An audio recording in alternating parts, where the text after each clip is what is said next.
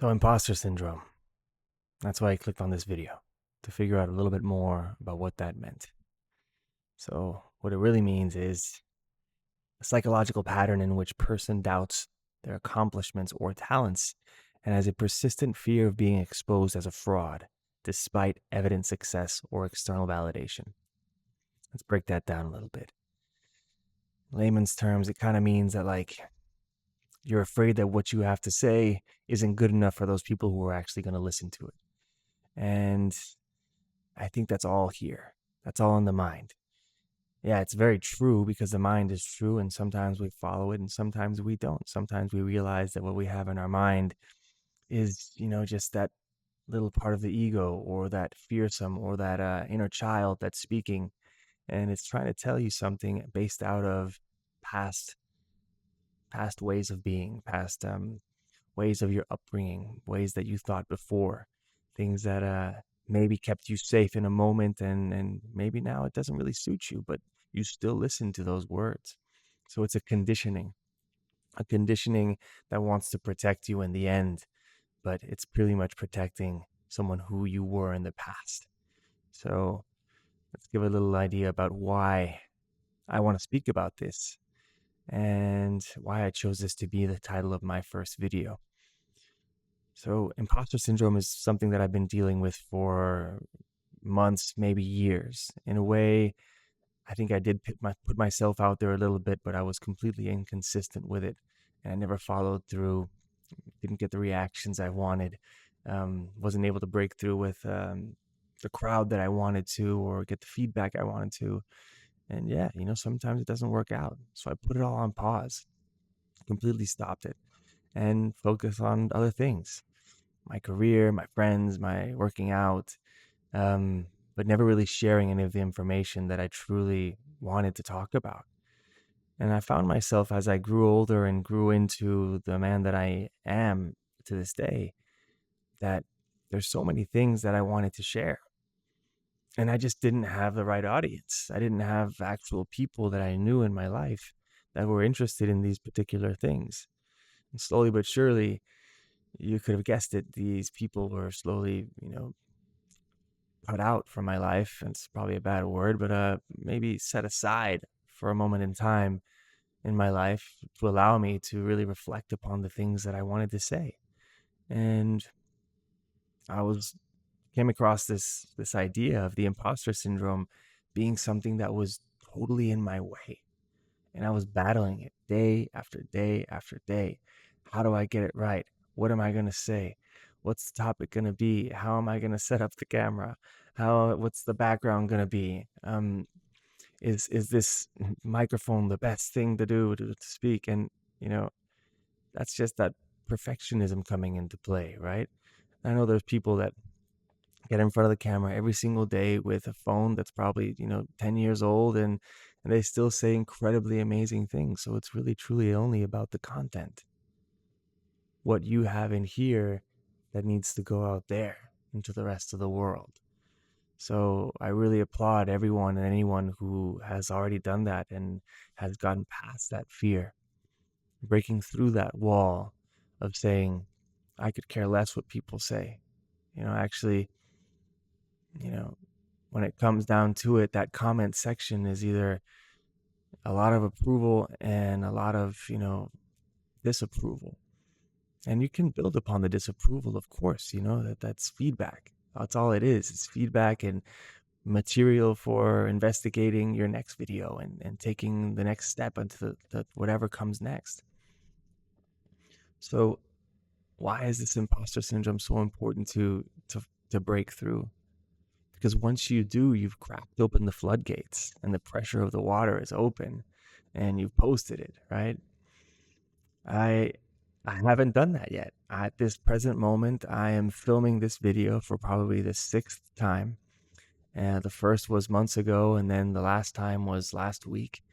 And I looked at those videos and I reviewed them and I deleted them and I never posted them. I really trust that this time it's gonna make it online, and regardless of whatever happens to it, I'm gonna post it. I told myself that, and it took me a long time to get there. to really say to myself that this is it. This is the moment in time where I actually put myself out there, regardless of whatever happens next. And I know that the next thing that's going to happen is another video, another exposure, and a continuation of what I've decided to do, which is put myself out there and start a channel and talk about things that completely resonate with me.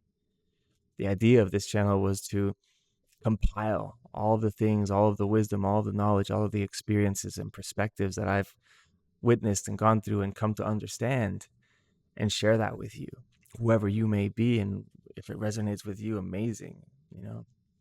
It's it's part of it, because most of the time when I was trying to speak to people about these things, I would come across, the rolling of the eyes, or the changing of the subject, or just absolutely no depth. So this moment in time where we all have the ability to put ourselves on camera and put it out there on the web, and that's it. That's why we're here. And I think that everyone's a teacher. I think that everybody should have some sort of a podcast or some sort of a way to explain their valid perspectives, because everyone is unique and everyone has a completely different perspective. So yeah, that's me talking about why I couldn't get through it, and here I am. Here I am. So what do I want to talk about in this channel? What is my real essence of why I want to share things? And the idea is to just provide things that help out, bright ideas, maybe things that you've never heard about the problem that you have, or a little push here and there, a little piece of advice. And the things that I really like to talk about are nutrition. I love to talk about yoga, meditation, vocal toning, different ways of going through the nervous system and pushing through these walls, right? Mentally, physically, spiritually. I'm going to talk about books. I'm going to talk about people that I've met. I'm going to talk about experiences that I've had in the jungle, in the film industry, with plant medicine, with drug addiction, with a number of things that I know that a lot of people have been through, and hopefully it resonates with the people that it needs to. And that's what I trust in.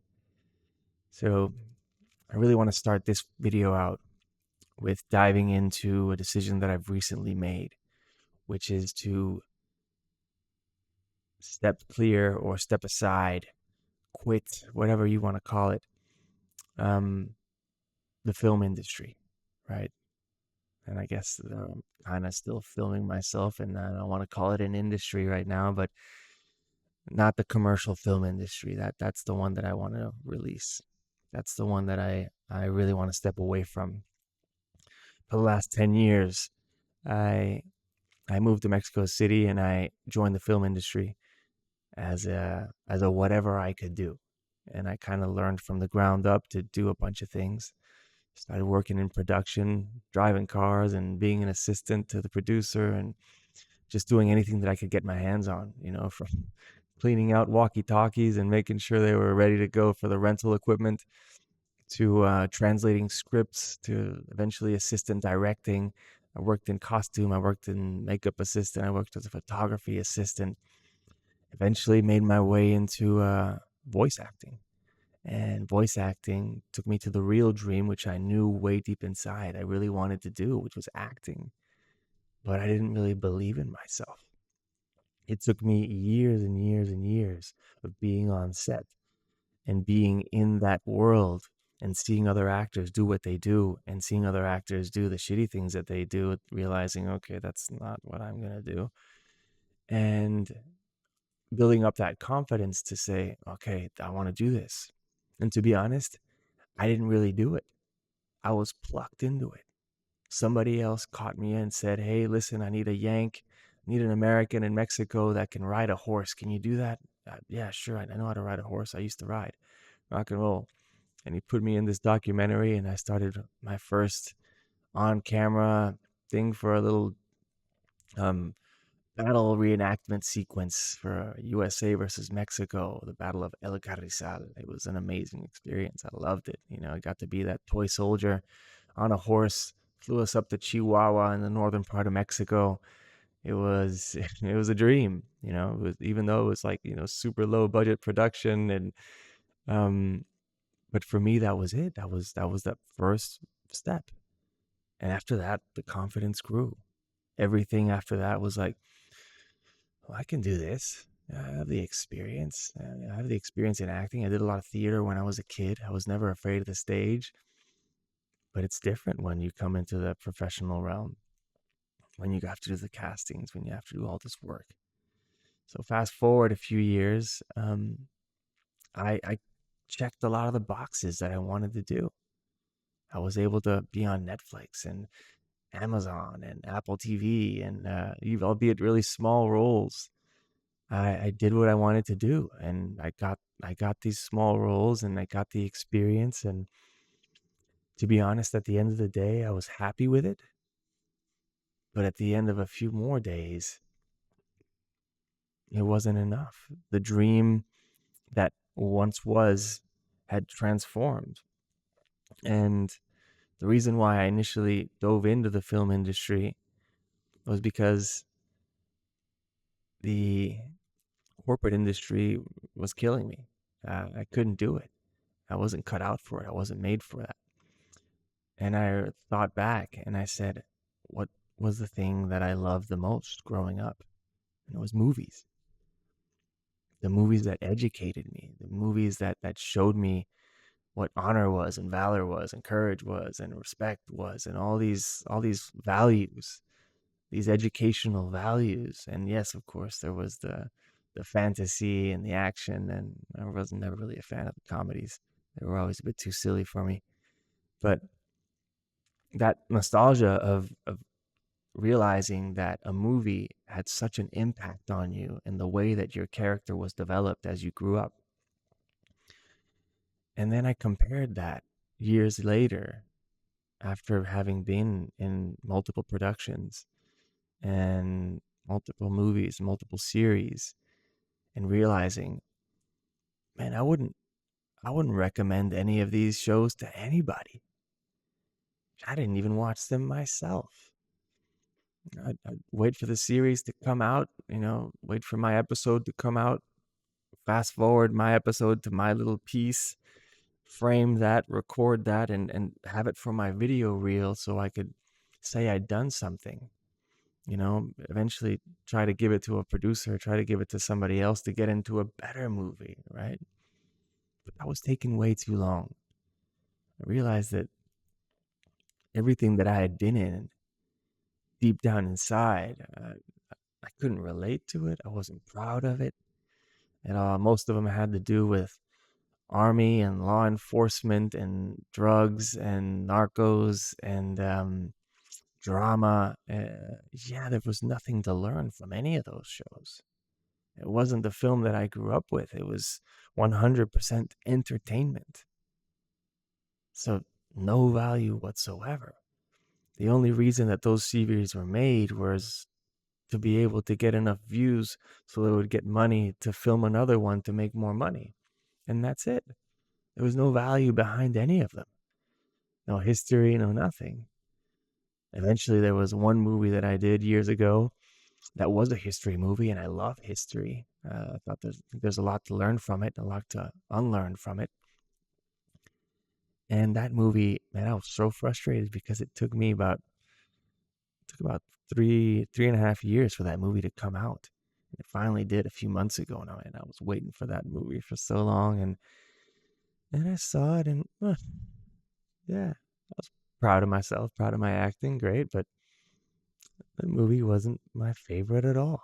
It was like whatever. Um, that's just me. That's my personality. I love huge, massive, epic movies, and yeah, you tell me, hey, your next role is gonna be in Dune 3, rock and roll. I'd jump in that in a heartbeat. But it's still just entertainment, right? Yeah, I know there is a little bit of philosophy in there and everything, but it's not what I was meant to do at this point, not to continue that role. I knew that I always wanted to be writing my own script, reading my own details, sharing my own perspectives for the benefit of others so that somebody else could learn from it. And it took a while for me to realize that after going through 10 years of working from the lowest parts of production to being an actor and being in that seat and being treated like a a cast member, there's a progression to go up and get through that. But once you reach that tip, it's just reaching one top of a hill, realizing, oh, I want to try that hill instead. And that hill is this hill right here. So thank you for being on my horizon right now and realizing that your dreams can change, and that's what they're for. Otherwise, we'd be living a super quick life. And life is meant to be lived long and cherish it and to keep evolving. I really believe that this life is a massive school to get into spirituality and the esoteric ways of thinking.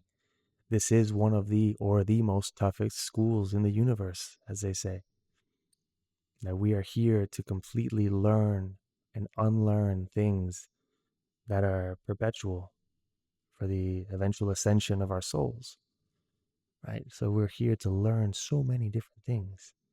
And for me, that um, stepping away from trying to do these castings and being in these movies and make that A-list role, that's a massive ego check right there.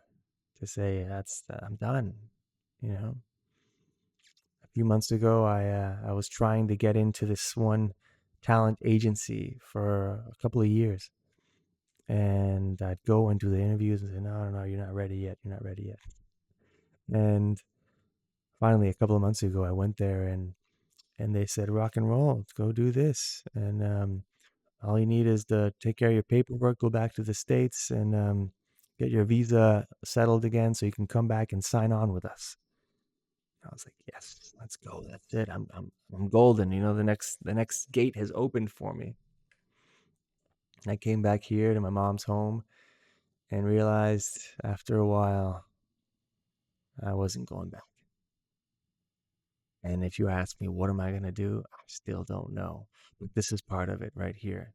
So I'm going to start sharing things that I love to do, things that have helped me on my way, things that have gotten me through the terrible times, the downfalls, the bottoms, depression, addiction, just realizing that there's so many different ways to regulate your nervous system, to regulate the way that you are.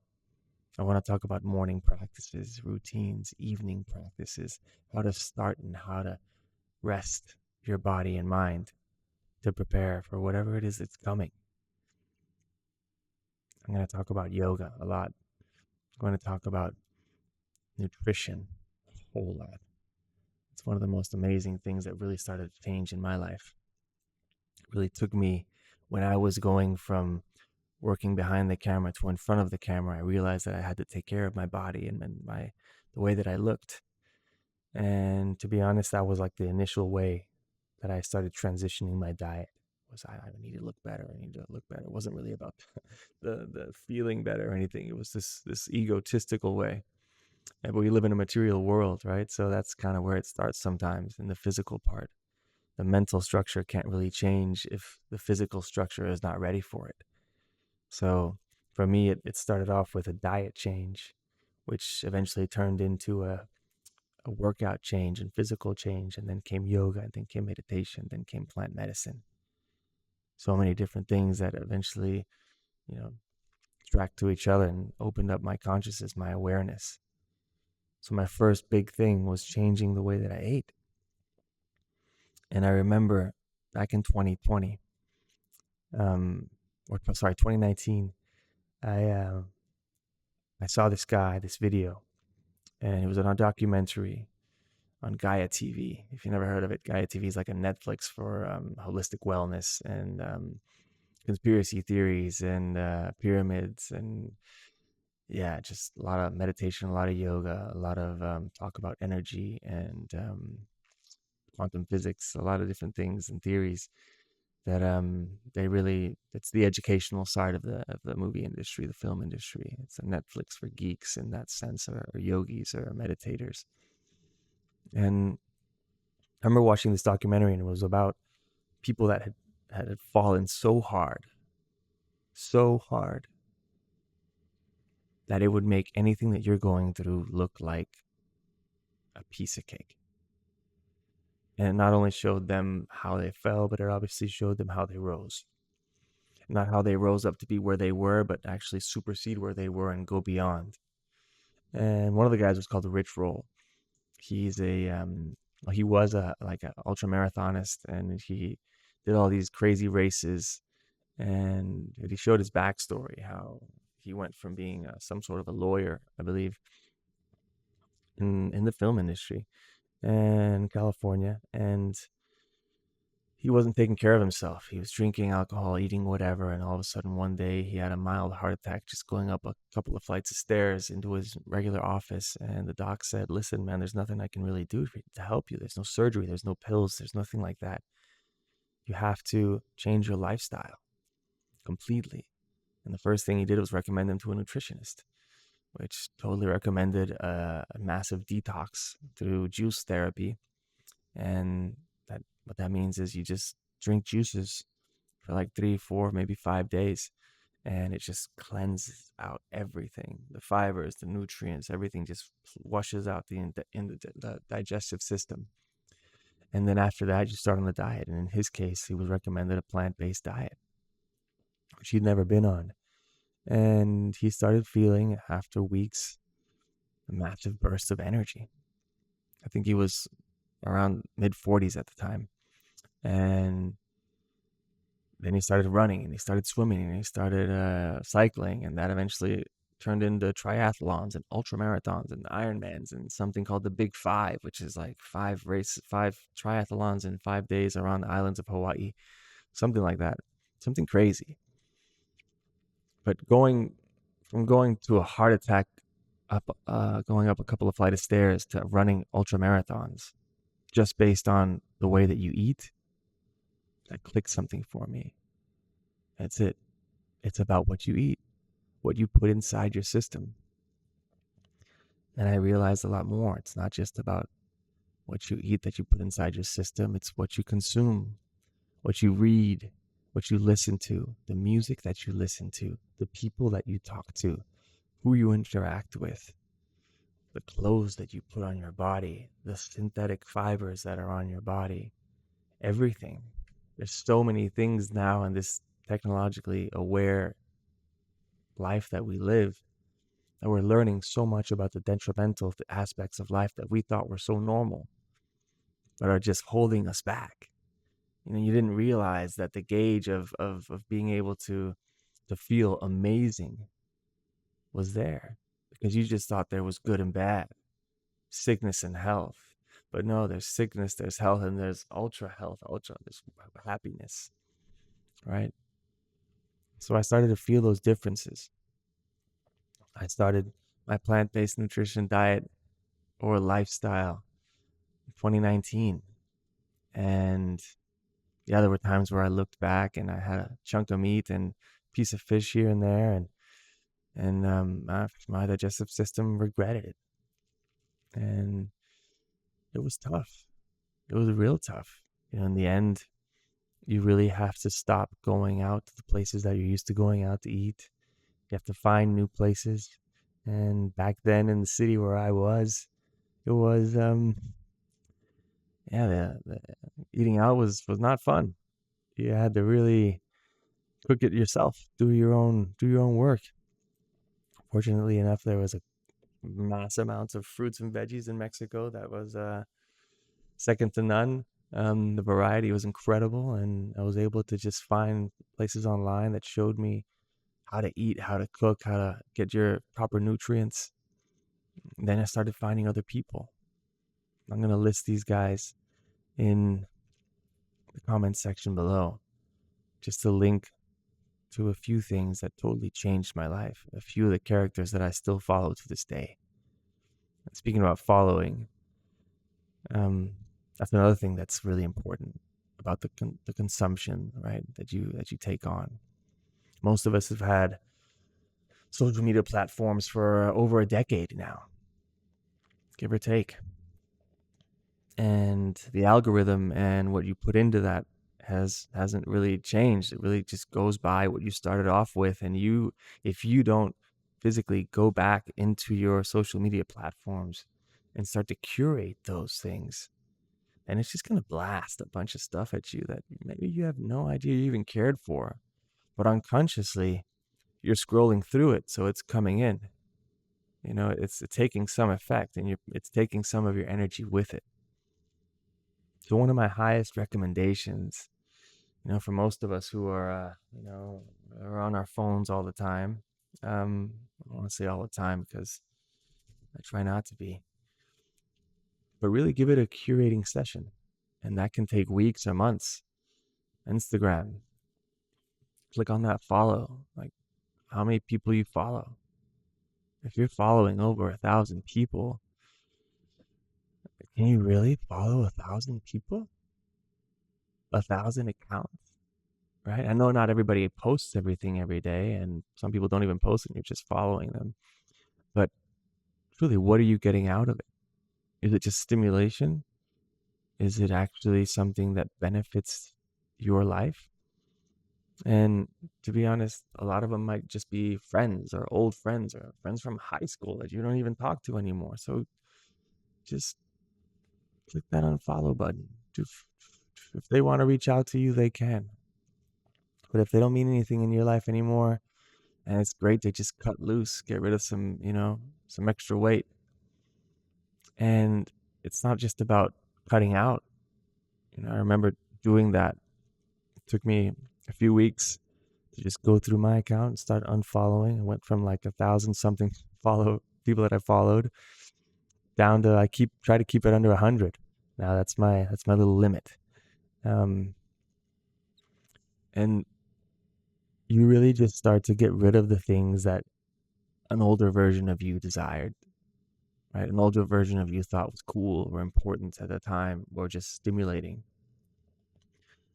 And just like anything, any addiction, any life form, anything that you do, once you eliminate it, right? That can be a diet, something that's really bad for you, an addiction, habits. Once you get rid of it, it needs to be replaced with something, right? You can't just say, I'm going to cut this out like booze, right? I'm going to cut this out like marijuana. I'm going to cut this out like watching a bunch of TV or my screen time. You need to replace it with something. So with booze, what are you going to do? Oh, I'm going to replace this with really healthy food, adaptogen mushrooms. And, I'm going to go lower on the coffee, and I'm going to replace that with some cacao. Or, I'm not going to do any eating out anymore like that. So what am I going to do? I'm going to go to a really good restaurant and get some recommendations that, where do you guys get your food from? Find something that stimulates that edge and replace it. So for me, it was finding people that stimulated my brain, right? That really educated me, that gave me all these tips. Right? And now I know that we live in a world now where everyone is just feeding out information, right? So that curating aspect of it takes time. And sometimes it's not just going straight to the phone and clicking and trying to find it. It's taking some time, shutting everything off, going old school, pen and paper, sitting down with yourself, taking a little meditation time and saying, what do I really want? What do I truly desire? And you write those themes down and you look them up. And you see their channels and you observe, and you might follow them for a while. Then you see something that they said that you didn't like, so get rid of them. Try something else. So I'm going to list my top 10 people that I follow that give me amazing information. All right. Well, it looks like I cut off there a little bit. A lot to learn still about this filming myself and limitations of my camera. And apparently I can only film half an hour. That's probably a good sign letting me know that I got to keep things shorter. I don't even know how many of you guys made it to the end of this video. But yeah, I'm gonna try and keep this outro a little shorter and to the point. Um, so yeah, there's always something to learn, and I'm learning right now. For example, how to use this camera, how to make things better, how to use this audio system, and make this clear. I know that I'm probably not in focus right now, and I'll look that up later. But I'm still gonna upload this video because going back to the initial part of this video, it's about the imposter syndrome, right? Getting through that first wall, knowing that nothing that you produce the first time is going to be perfect, and perfection is relative. So just go out there. I encourage you, anything that you have inside of you that you know that somebody else in this world, and it could be just one person, can benefit from, and do it. Share it. We live in this age of technology where everything can be shared, as perspectives will link you to the different people that you need to be linked with, and you'll learn more from them as you share your stuff. And I think that you learn more about yourself by sharing as well, by teaching. You learn how to teach better, how to be understood better. So yeah,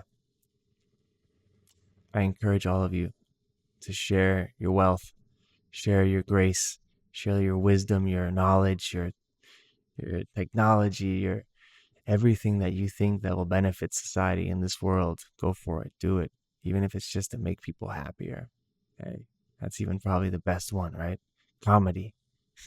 Give people a laugh. Give them a break. Show them what's up. So, once again, thank you for being here. I'll list the comments. I'll list at the bottom of the video those 10 people that I truly admire and that have really helped me in my path. And hopefully we can see some conversations with them together. That's my goal. That's my goal right now. My next goal is to really connect with those people that inspired me eventually in some way, shape, or form. So I hope they inspire you just as they've inspired me. And I really hope you enjoyed this. So go out there, do your thing, share it, break through that wall, get rid of that imposter syndrome. And I'll see you on the next one.